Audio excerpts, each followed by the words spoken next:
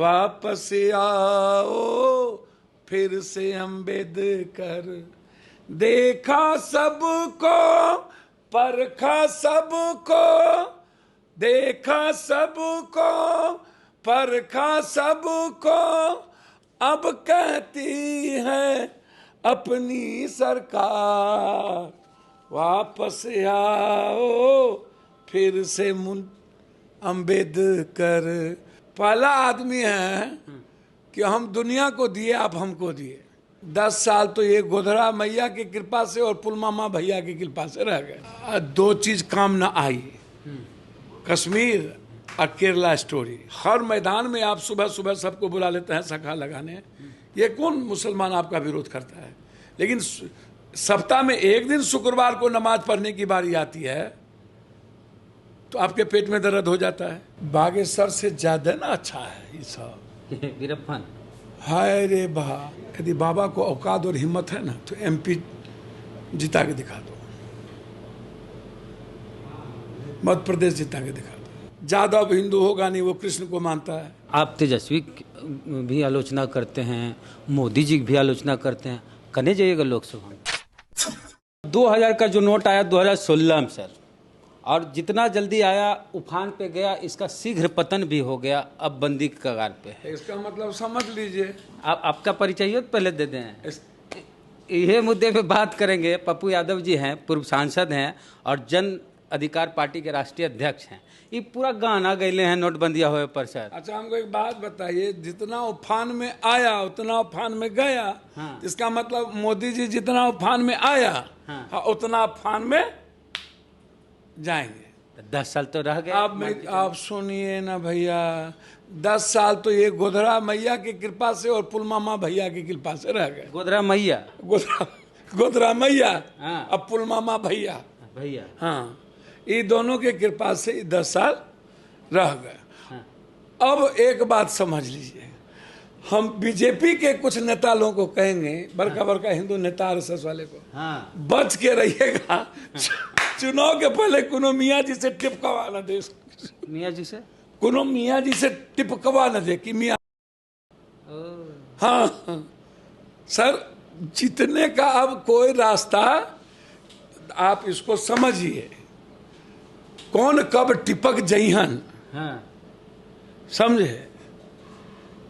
अब सबसे बड़का लड़ाई तो जोगी या मोदी का न होगा हो, तो 2-3 में न कोई टिपकेंगे। अब कौन भारी पड़ेगा? अब आप नोटबा के बारे में आप हमसे पूछ रहे हैं। अब हमको एक बात बताइए, बोलिए सर। ये जो नोटबा है, अभी आप कहाँ कुछ देख रहे हैं? अभी जोगी को खत्म करने के लिए मोदी जी कौन कौन काम करेंगे? देखिए, राहुल गांधी तो अब अदतन उनकी एक आदी हो चुके हैं। अब उन पर कोनो बहुत बड़का असर पड़ने वाला नहीं है। जितना इनको राहुल प्रियंका कांग्रेस करना था, गरियाना था, ये पूर्ण कर लिए। हाँ। अब इनके पास जो सबसे विभीषण और आस्तीन के सांप होंगे वो इन्हीं के भीतर होंगे। तो इसीलिए ये नोटबंदी के बारे में मेरी साफ है। यहाँ से एक गाना हमने गाया है, गाइए सर। देखिए बहुत क्लियर है, मैंने स्पष्ट कहा है कि वापस आओ फिर से गांधी, अपनी बनाने को सरकार, वापस आओ फिर से अम्बेडकर, अपनी बनाने को सरकार, देश के हर कोने से अब आती बस अब यही पुकार, वापस आओ फिर से अम्बेडकर, देखा सबको परखा सबको, देखा सबको परखा सबको, अब कहती है अपनी सरकार, वापस आओ फिर से अम्बेडकर वापस आओ, फिर से गांधी। अब आप देखिए, गांधी, अम्बेडकर, नेहरू, सुभाष के बगैर अब कोई रास्ता इस देश में, पुराना चावल पंथ, ये आप हमको 2000 रुपया दिए, 2000 है वो आप जितना दिए आप समझिए, ये तो आज कल दोनों में हम बांट के आए, आप हमको आज दिए। पहला आदमी है कि हम दुनिया को दिए, आप हमको दिए। तो चलिए, बड़ा कृपा किए आप। इसका शीघ्र पतन हो गया, इसमें चिपा उपा खोज रहे मिलियन रहा। भैया चिपवा उपवा, अब इसमें नया से फिर कोई चार्ज होगा तब ना। नहीं, कह रहा है कि अबरी आएगा, इसमें कितना मेगापिक्सल कैमरा होगा भैया, एमएच का बैटरी होगा। तो ये बात तो पूछना पड़ेगा सुधीर चौधरी से, हाँ, श्वेता सिंह से, श्वेता सिंह, सब से, उन लोगों से बात करना होगा। आप पहले इसको ऐसे समझिए, ये 2000 नोट के बारे में आप बहुत क्लियर समझिए कि नरेंद्र मोदी जी हमेशा गुप्त एजेंडा पर काम करते हैं। अच्छा, उनका कभी भी एजेंडा जो है, आप यदि नरेंद्र मोदी आ गए दोबारा तिबारा, तो ये समझे, ये 2 साल के अंदर अपने को भगवान साबित करने के लिए सब कर्म करेंगे। देखिए, इनके पास, नरेंद्र मोदी जी के पास आने के लिए 3 रास्ते हैं। एक है उद्योगपति, दूसरा है ये अयोध्या मंदिर जनवरी में बाप बाप की चिल्लाएंगे, और तीसरा कोई ना कोई पुलवामा से बड़ा घटना होगा। बिना पुलवामा से बड़ा घटना, आप ये डेट तिथि तय कर लीजिए हमको, इसको आप लिख लीजिए, एक्शन रिएक्शन, चाहे वार हो, फिर कोई गुप्त बात हो, कोई ना कोई। आप हमको एक बात बताइए, नरेंद्र मोदी जी कभी चाइना का नाम क्यों नहीं लेते? नरेंद्र मोदी जी कभी अमेरिका का नाम क्यों नहीं लेते? नरेंद्र मोदी जी कभी अब पाकिस्तान के अलावे, मुसलमान के अलावे क्रिश्चियन का नाम नरेंद्र मोदी क्यों नहीं लेते? एक बार कहिए तो क्रिश्चियन का नाम लेने नरेंद्र मोदी को औकात है तो कहिए लेने के लिए। अमेरिका देखिए क्या करती है। एक बार कहिए नरेंद्र मोदी जी को सिख के खिलाफ बात करने, एक बार कहिए नरेंद्र मोदी को अंबेडकर के खिलाफ बात करने। काम करेंगे, खिलाफ बात नहीं करेंगे, आप इसको समझ लीजिए। अब जिस दिन वो उद्घाटन कर रहे हैं, कौन, सावरकर जी, वीर सावरकर, अब हमको नहीं पता, वीर हम एक ठो जानते हैं, 2-3 ठो का वीर का नाम है, भगत सिंह, सुभाष चंद्र बोस, अंबेडकर जी, ऐसे लोगों को हम वीर में जानते हैं, चंद्रशेखर आजाद, जो ऐसे लोगों को वीर में जानते हैं। वीर का नाम और इतिहास में है नहीं। पहले आप इसको समझिए कि कोई भी लोकसभा और संसद का उद्घाटन होगा तो बाबा साहब अंबेडकर संविधान और डेमोक्रेसी जो सबसे ज़्यादा स्थापित किया है, आप उसके तिथि या किसी ऐतिहासिक दिन न करेंगे। एक दूसरी चीज़, जब आप उस सदन के कस्टडियन हैं तो राष्ट्रपति महामहिम इस देश के सर्वोच्च होते हैं। आप उसको भी, आप स्टूल पर देखिए, बीजेपी का कहना साफ है, इसके पहले भी राष्ट्रपति जो दलित, जिसको उनका कहना है कि दलित को पीएम बनाना है ना, इसको सम्मान देना है बीजेपी को, तो घोषणा कर दो किसी दलित के पीएम का नाम। और जो अमित शाह जी बोलते हैं ओबीसी को बीजेपी, सर चैलेंज है नरेंद्र मोदी जी की जो जाति थी विधानसभा के पहले पता कर लो कि कौन जाति है। ओबीसी तो बाद में ना, ये विधानसभा के बाद ना, ये सरकार बनने के बाद ना बदले हैं। तो अमित शाह जी जो बात कह रहे हैं, चुनाव के लिए कब तक ओबीसी को आप लोग बेचिएगा?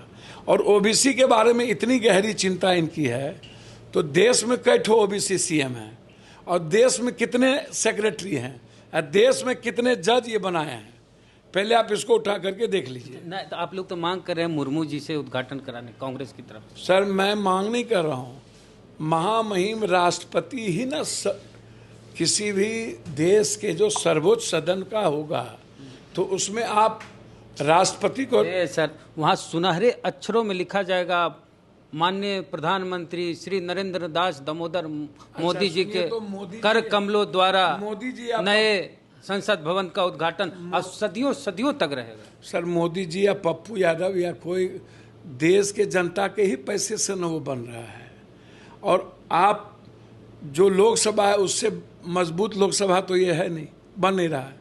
और जो विस्ता आप चारों तरफ से जितना आप पैसा खर्च कर रहे हैं पीएम से लेकर के सबको का चीज़ों को बनाने में, आप वो पैसा आप हमको ये बताइए ना, रोजगार पर क्यों नहीं खर्चा किए? आप वो पैसा किसानों पर क्यों नहीं खर्चा किए? आप कभी, लेकिन मानती जनता कहाँ है सर? रोजगार, महंगाई, ये सब मुद्दा होता ना, तो बीजेपी की लगातार जीत नहीं होती। मेरी बात तो आप एक बात समझिए ना, मैंने आपको पहले बोला गोधरा माई या पुलवामा भाई, दो चीज काम ना आई, कश्मीर और केरला स्टोरी, ये काम नहीं आई। तो अब नई ना कोई बात होगी, तो नई बातों को गंभीरता से आप समझिए। मैं मोदी जी से एक आग्रह करना चाहूँगा कि एक काम मोदी जी करें। पहला, सतपाल जी ने जो आरोप लगाया उसकी जांच चंद्रचूड़ जी से करा लें, 56 इंच का सीना है, हिम्मत है तो करा लें। दूसरा, जितने घोटाले हुए वो बहुत ईमानदार हैं, तो उसकी जांच जेपीसी और अदानी की जांच करा लें। यदि ये दोनों जांच नहीं कराते हैं तो चोर के दाढ़ी में तिनका सवाल उठेगा ना। मोदी जी की ईमानदारी पर सवाल हम नहीं चाहते हैं उठे, और मोदी जी के 56 इंच पर भी सवाल हम चाहते हैं नहीं उठे। मोदी जी पूरी दुनिया को चैलेंज कर दे कि पुलवामा की जांच सर्वोच्च न्यायालय सुप्रीम कोर्ट के नेतृत्व में हो जाए। एगो चीज़ सवाल जरूरी, आप तेजस्वी भी आलोचना करते हैं, मोदी जी की भी आलोचना करते हैं, करने जाइएगा लोकसभा में? अच्छा, तेजस्वी का या मोदी जी का इसमें कौन आलोचना? आप करने जाइएगा नहीं चाहे उन्हें? हम कौन आलोचना कर दिया किसी का? तेजस्वी का आलोचना या मोदी जी का कब क्या किया हूँ? हम तो पुलवामा की बात कर रहे हैं। मोदी जी का दूसरा सवाल समझ लीजिए सर, हम किसी का आलोचना नहीं करते हैं। जो संविधान, लोकतंत्र, भारत के 140 करोड़ लोगों नीतियों की आलोचना की है जी, विचारों का, नीतियों का, हम व्यक्ति का आलोचना नहीं करते। करने जाइएगा लोकसभा चुनाव। अच्छा, हमको तो एक बात समझ में नहीं आता है, चिंता मेरी है या चिंता देश की है? देश की चिंता। चिंता संविधान की है कि पप्पू यादव की है? संविधान की। लोकतंत्र का है कि पप्पू यादव का है? लोकतंत्र। तो पप्पू यादव मुद्दा नहीं ना है ना, तो मुद्दा है लोकतंत्र, देश, संविधान बचाने के लिए पप्पू यादव किधर जाएंगे? भैया मुझको तो समझ में नहीं आता है। एक पप्पू यादव मर जाइए हैं, नहीं कहीं जाइए ना कोई ले हैं, तो कोई बनबे न करियान। ये है सवाल बा सर, आप इतना घूमते हैं, सगरो मदद करते हैं, बाढ़, भूकंप, काउची सर अभी तो आप हमको दिए,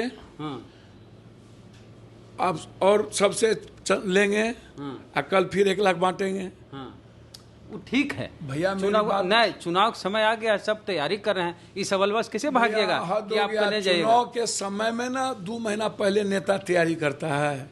हमारे लिए चुनाव हर दिन है और सेवा हर दिन है। ये तो घुमा दिए। नहीं, आप पहले तो सोचिए क्या घुमा दिए कि आप एनडीए रहिएगा, यूपीए रहिएगा। आप ये एक बात हमको बताइए, अब उससे पूछ रहे हैं कि निमंत्रण देना है अपनी बेटी का, अपनी बहन का किसी नेता को, तो उन्हें देंगे निमंत्रण कि पप्पू यादव को हम निमंत्रण दें या नहीं? ये सुनना चाह रहे थे। तो निमंत्रण वही ना देंगे। अगर भाजपा से आ गया निमंत्रण तब? अब कोई मरेगा तो हम अपने चले जाएंगे, भी निमंत्रण नहीं हो देंगे तो जाएंगे।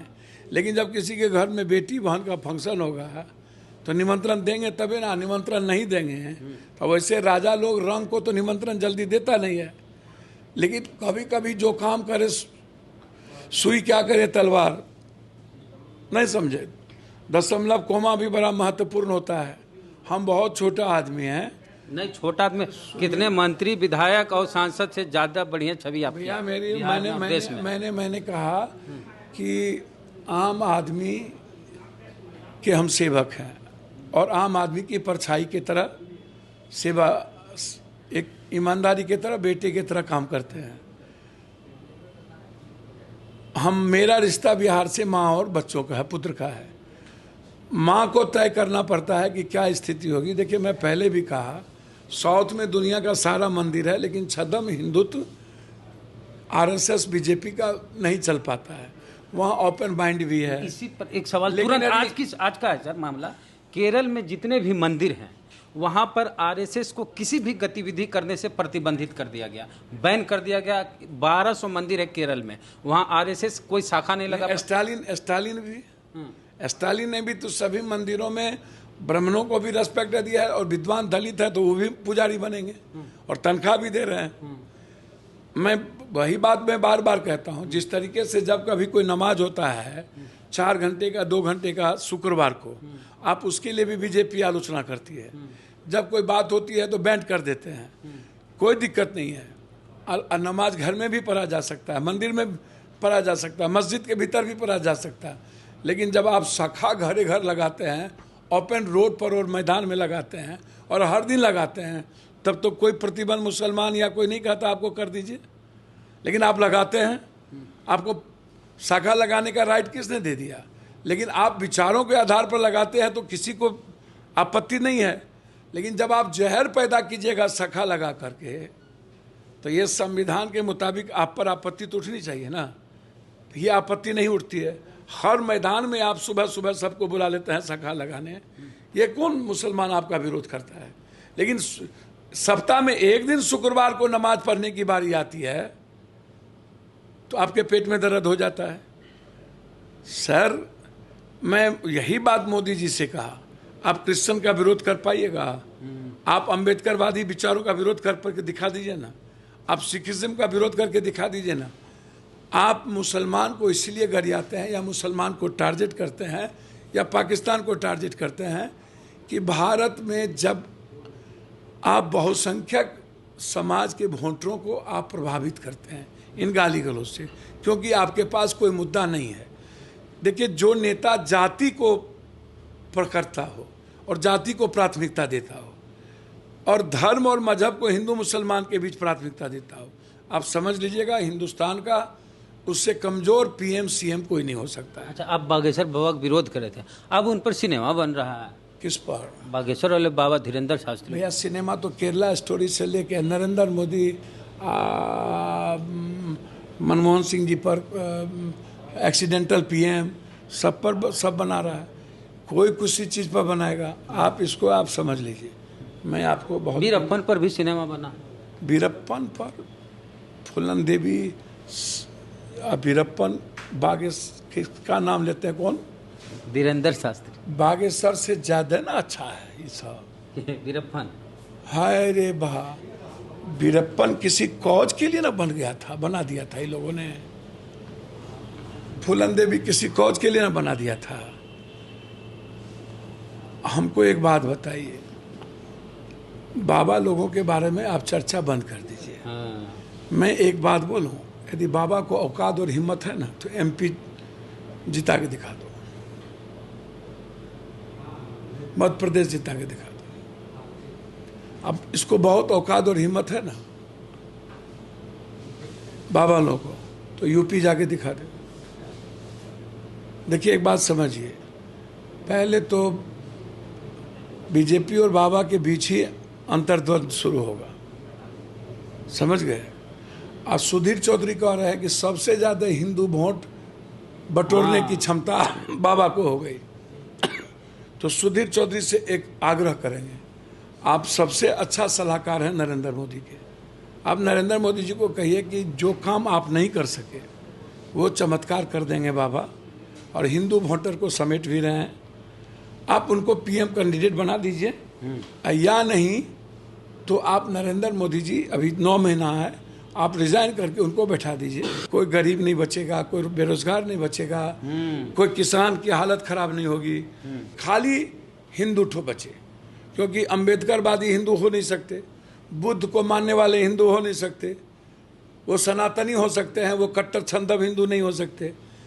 क्रिश्चियन को मानने वाले हिंदू, जीसस क्राइस्ट को मानने वाले हिंदू हो नहीं सकते। सिखिज्म को मानने वाले वो हिंदू हो नहीं सकते। तो हिंदू कौन होंगे? जादव हिंदू होगा नहीं, वो कृष्ण को मानता है। यदि हिंदू, कृष्ण भी तो हिंदू है। आप सुनिए ना भैया, पहले तो आप इसको समझिए, सब जात अपना अपना भगवान को पकड़े हुआ है, समझे? तो हिंदू राष्ट्र बनाना चाहते हैं बाबा, तो हम चाहेंगे कि जितना पप्पू यादव है से लेके सब अलग अलग जाति में पप्पू यादव के बेटा बेटी का ब्याह किसी दलित में हो, किसी का ब्याह किसी ड्रोम में हो, किसी चमार में हो, किसी ब्राह्मण में हो, किसी भूमियार में हो, किसी जादव में हो। तो बाबा को बोलिए सबसे पहले हिंदुस्तान में बेटा बेटी की शादी शुरू करे अलग अलग जाति में, लव मैरिज नहीं, अरेंज मैरिज। और ये घोषणा कर दे